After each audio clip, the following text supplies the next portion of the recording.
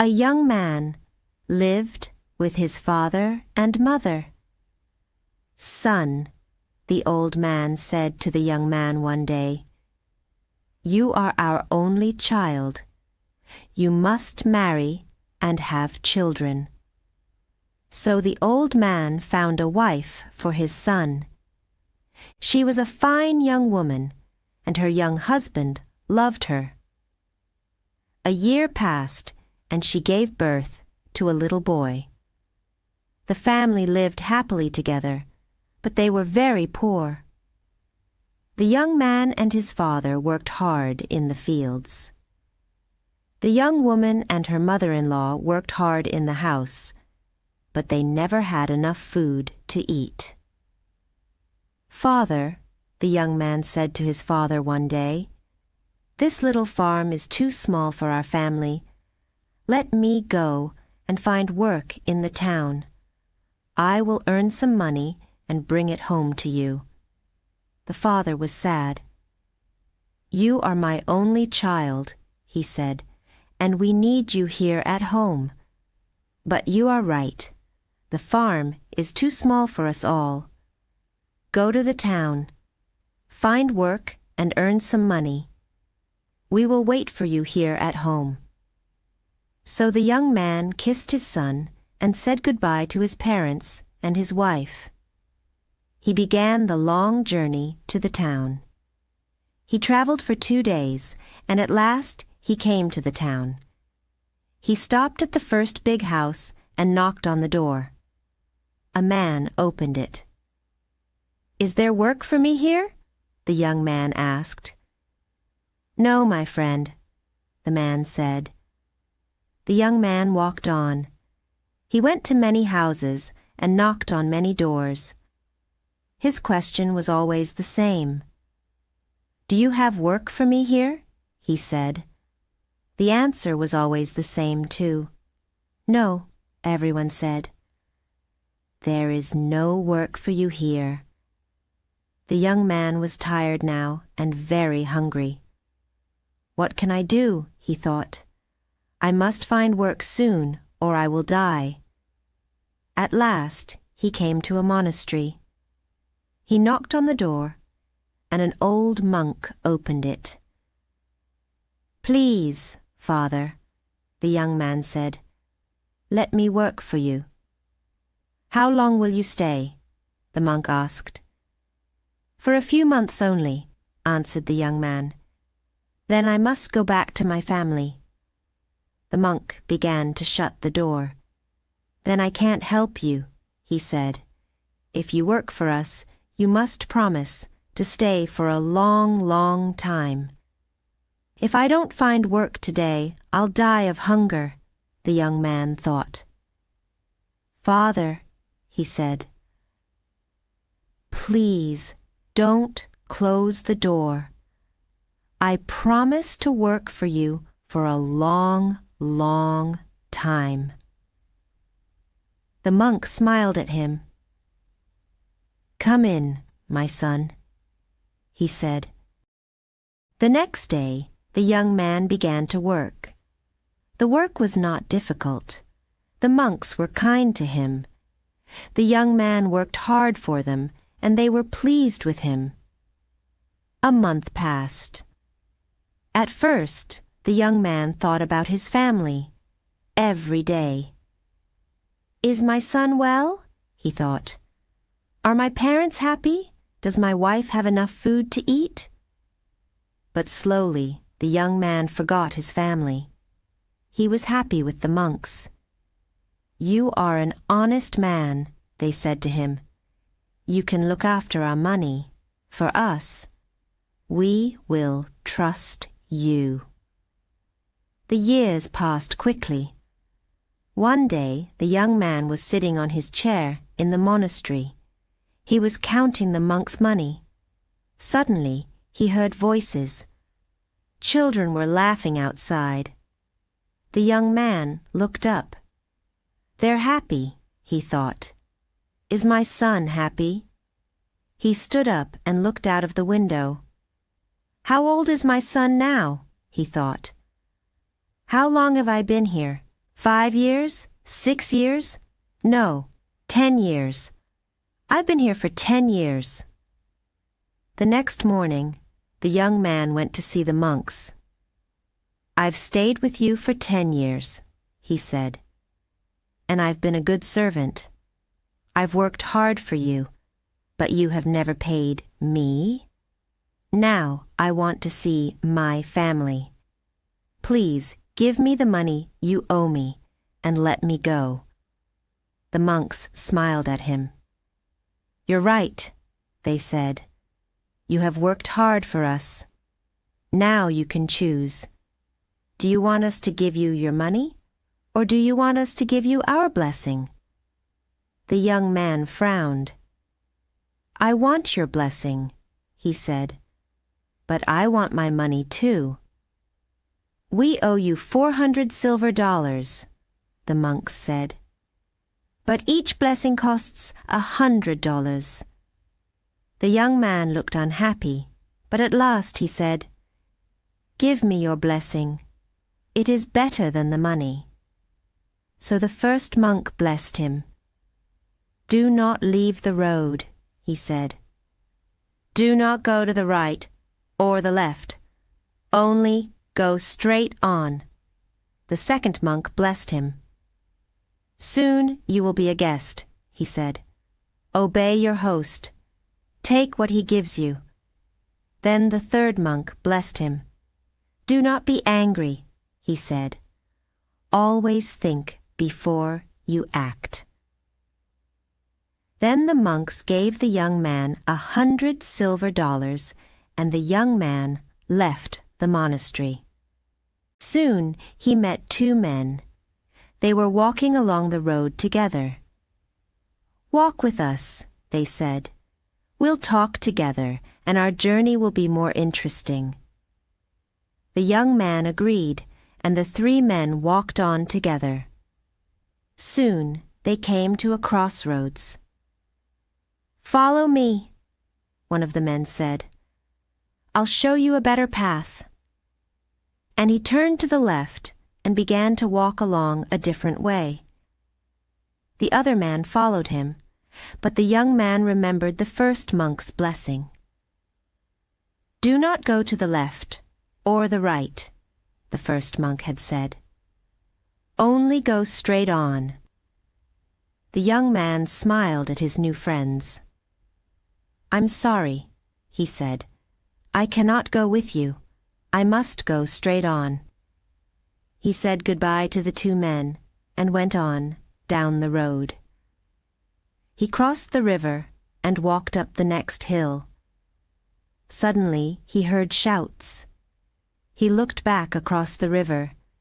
He could see the 2 men. They were shouting for help. Robbers were attacking them.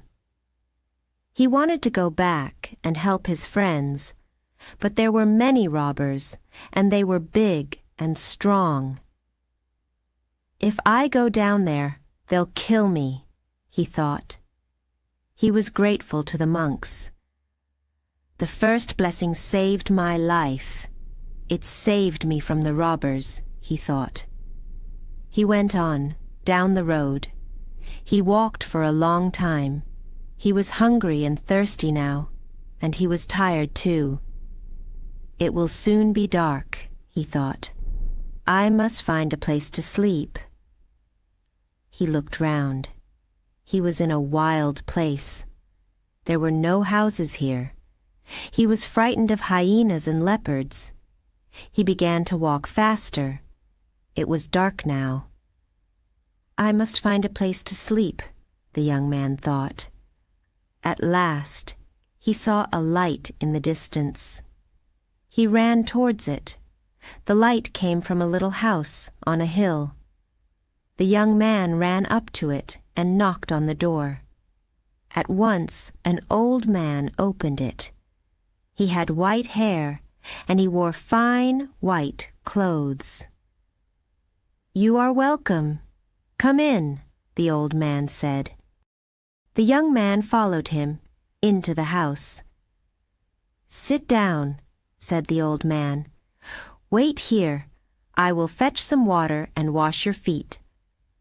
The young man felt ashamed. "I can't let this noble old man wash my feet," he thought. The old man went away to fetch the water. Soon he came back. The young man wanted to take the water out of his hands. He wanted to wash the old man's feet. But then he remembered the monk's second blessing. "Obey your host," the second monk had said. "Take what he gives you." So the young man sat down, and the old man washed his feet. Then the old man clapped his hands, and a young girl came into the room. She was carrying a dish of delicious food. "Feed our guest," the old man said to the girl. The girl did not move, and the young man saw that she was blind. The old man pushed her towards the young man. "Feed him," he said again. So the girl fed the young man, and he ate well. Then he lay down to rest, and he slept all night. He woke up early in the morning. "Thank you," he said to his host. "You have been very kind to me, but now I must go on." The sun was up now, and the young man could see his host clearly. The old man did not look fine and noble now. His teeth were long and white and sharp. His eyes were small and cruel. "Is he a man or is he an ogre?" the young man thought. "You're lucky," the old man said. "You didn't refuse my hospitality. I wanted to wash your feet, and you accepted. I gave you food, and you ate it. Many people have come to my house. They didn't let me wash their feet, and they didn't accept my food. I killed them all." He pointed to the ground. "Their bodies are under your feet," he said. The young man was very frightened. "But the girl, the blind girl," he said. "Why didn't you kill her?" The old man laughed. "I took her eyes," he said. "I made her blind, and now she is my servant." "I must go," the young man thought. "I must get away from this terrible man. He is mad. Thank you. Goodbye. Thank you. God bless you," he said quickly, and he began to walk away. But the old man called him back. "Wait," he said. "I have something for you." He went back into his house and came out again. He was carrying a sack. "Take it," he said. The young man took the sack and ran away down the road.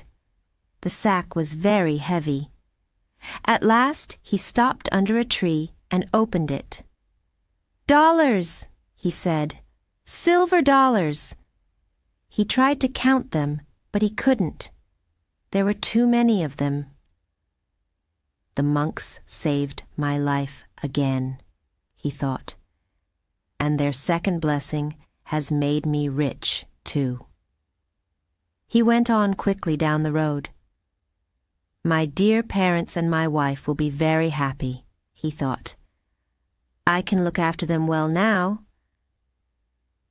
He walked for a long time. The sun was high in the sky, and he was hot and tired. But he knew this road well. He knew the trees and the rocks and the little streams. He was nearly home. He came to a church by the side of the road.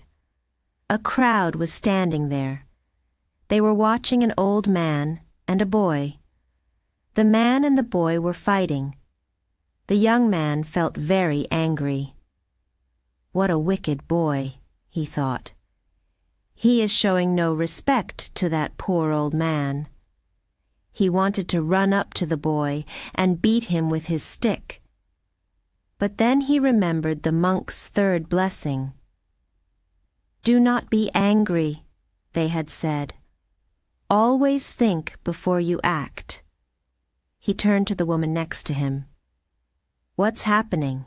he said. "Who is this old man and this boy? Why are they fighting?" "It's a sad story," the woman said. "These people are very poor. The old man is the boy's grandfather. 10 years ago, his son left him because he wanted to find work in the town. The old man had no one to help him. He has been very unhappy. He wanted to kill himself. His grandson is trying to stop him." Tears came into the young man's eyes. "Oh, my father! Oh, my child!" he shouted. He pushed his way through the crowd. He took the young boy's arm and looked into his eyes. "My son," he said. The old man had fallen to the ground. The young man helped him to stand again. "Father," he said. The old man looked at him. "Is it really you?" he said. "Have you really come home again?" "Yes, father," the young man said, "and I'll never leave you again." The young man went to his house with his father and his son. His mother and his wife kissed him, but then they began to cry.